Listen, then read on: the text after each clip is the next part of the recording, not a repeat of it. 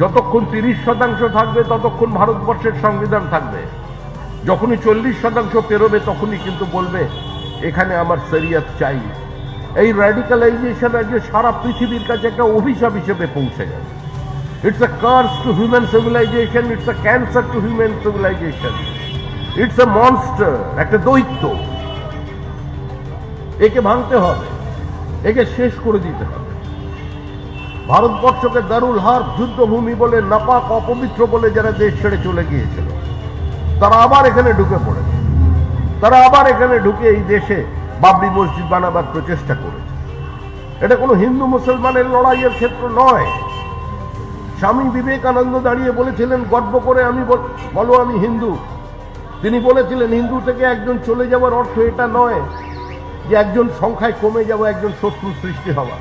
কেন বলেছিলেন? স্বামী বিবেকানন্দ বলেছিলেন ব্রিটিশ আমাদের দেশে এসেছে এক হাতে তরবারি নিয়ে আর অন্য হাতে বাইবেল নিয়ে। এই জোর করে ধর্মান্তকরণ, সারা পৃথিবী আজকে এর থেকে মুক্তি চাইছে।